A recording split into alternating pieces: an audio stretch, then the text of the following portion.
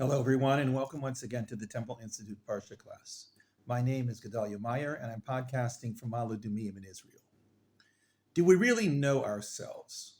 Perhaps we like to believe that we do, but when we actually take the time to truly search out this crucial question, we may find that the answer is somewhat unsettling. The person we believe to be who we are may not turn out to be the person we really are. While this seems a little counterintuitive, the fact is that it turns out to be true about 100% of the time. It is the rare person who is exactly who they imagine themselves to be. The reason for this probably varies from person to person, but there is a basic theme common to us all. We are complex. We are not simple. What we see is only a facade of what lies in the depths. There is so much more going on in there than what meets the eye, even our own eye, that we are usually barely scratching the proverbial surface of the true person.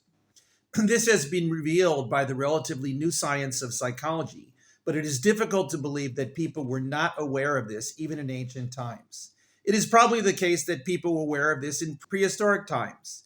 Is it that hard to imagine a person living in a cave or dwelling on the savannah, reflecting on why he or she did whatever it was that he or she did? The inner, frequently unexplored and even unknown part of a person's mind goes by a few names and probably consists of a few somewhat distinct parts or aspects. On the most evident level are things like emotional pulls and urges and hidden thoughts. These visit us regularly, and we are frequently quite aware of them. Many people would hesitate to call them an unexplored or unknown part of the mind because they are quite familiar with them, even if they sometimes sneak up on us. Then there are deeper emotions and thoughts, the type that lie latent for decades or perhaps forever. These only rise to the surface at opportune moments, perhaps when we least expect them to.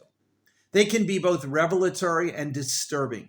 They may tell us a great deal about ourselves or nothing at all. We sometimes wonder why we have them and where they have been hiding this entire time. It is not uncommon that we wish they were never awakened and try to bury them as soon as we become aware of their presence. When it comes to a wild card in the mind like the imagination, things climb to an altogether different level. Creations of the imagination may not have been with us previously. We may have created them on the spot. But they do reveal something about us that we probably were unaware of prior to their creation. We didn't necessarily know that we had the potential to create something like this. We may have lost this power when we grew out of early childhood or whenever. But when it happens, it is a lot like a bolt out of the blue. A similar thing can happen with the power of the will. We always knew we had it, but we may have had no idea that we were capable of using it in the manner we just did. We also may have thought that we were capable of a lot more than we found that we were capable of. This can be either electrifying or depressing, depending on the situation. A final area in which a hidden element of the personality is found is what we can call the conscience. This is a largely undefined faculty that we all agree exists within the mind, but nobody can say where it is located or how it got there. It seems to come from a combination of innate personality, experience, cultural influence, and the choices we make. It is unclear how much influence emotions and intellect play with the shape of the conscience, but there is no question that they play some role. The conscience is the inner compass. It tells us right from wrong, good from evil. Some people have a well-developed conscience, while others seem to have almost none at all. Those whose conscience steers them in one moral direction are frequently highly disturbed when they see that the conscience of others does nothing of the sort. This is where a good deal of what we can call our identity is found. This week's Parsha is called Vayishlach. That word means, and he sent. It is the second of a series of parshas that deals primarily with Yaakov, his wives, and his sons. These three parshas all have titles that begin with the word and, an odd feature of parsha titles. In this case, the title refers to the minor details that Yaakov sent messengers to his brother Esau, who he was about to meet for the first time in about 20 years.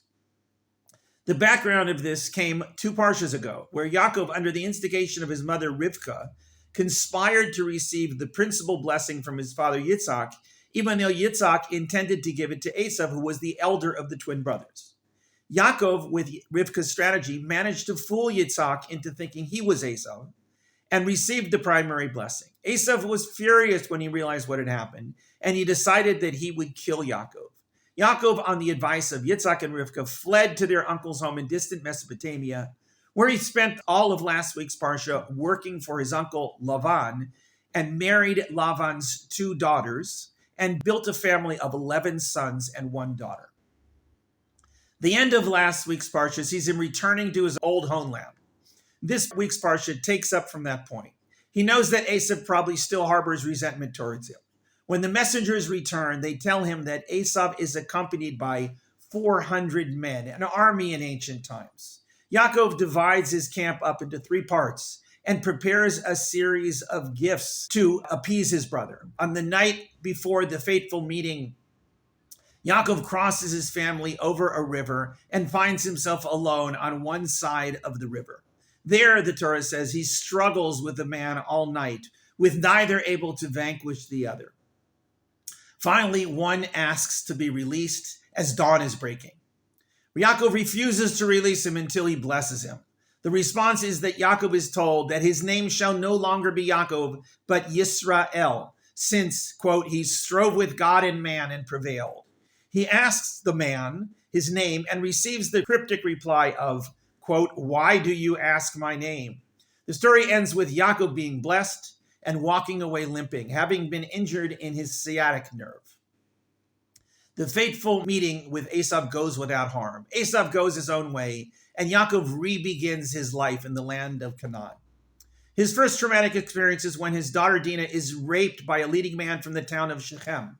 This man is so captivated by Dinah that he wants to marry her. After a round of negotiations in which Yaakov and his sons insist that the men of the town become circumcised if this man hopes to marry Dinah. When they do this, 2 of Yaakov's sons, Shimon and Levi, sneak into the town and slaughter all the men while they are still recuperating from the procedure. They make off with all the spoils of the town, including its women. Yaakov himself never wanted things to come to this, and now worries that he has made a considerable number of enemies.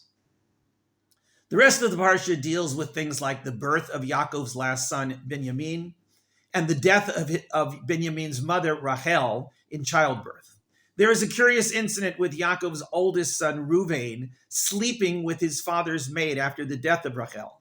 This section closes with the death of Yitzhak, who is buried by his 2 sons, Esav and Yaakov.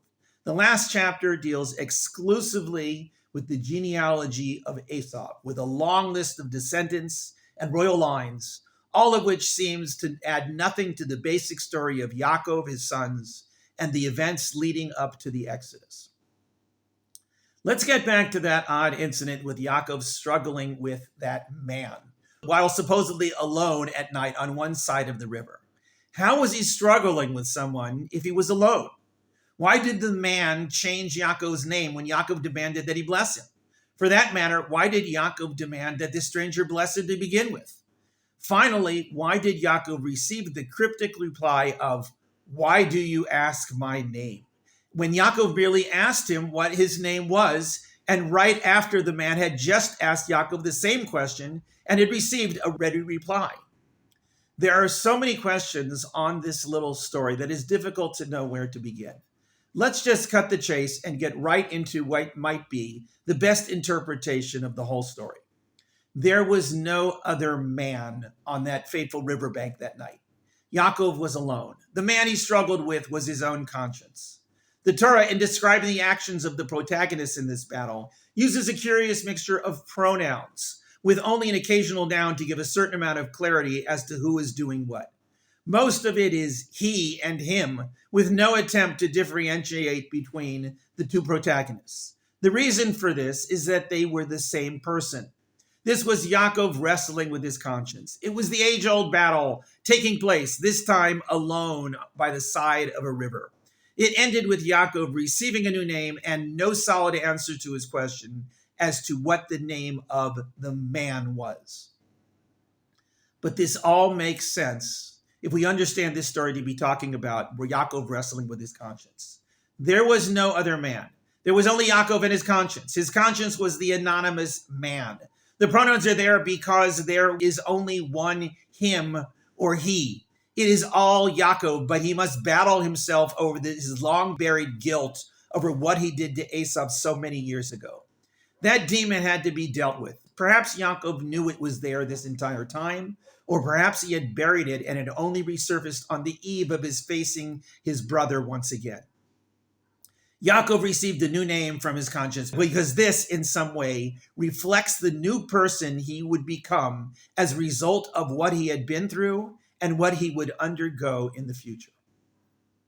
As far as that cryptic reply, there is nothing that could have answered the question more directly and more clearly. Why do you ask my name? The conscience may seem like a different person, but in reality, it is nothing other than us. What better reply than, why do you ask my name? This doesn't mean it is pointless to ask my name, but that the answer is so obvious that it is puzzling why someone should need to ask. It is only because the conscience frequently seems to be someone else, someone we are unfamiliar with, that we don't recognize it. But it is nothing but us, buried deep within the mind. The conscience is that part of us that prefers to remain hidden and only surfaces when necessary to steer things in a certain direction. It may get us through our toughest moments, and it may fail us miserably. We may love it and we may hate it, but we have to live with it since it is us. When we wonder who invited it in and what right it has to its place in ourselves, or even who it really is, sometimes the best answer it can give is, why do you even have to ask these questions when you already know the answer? Shabbat Shalom.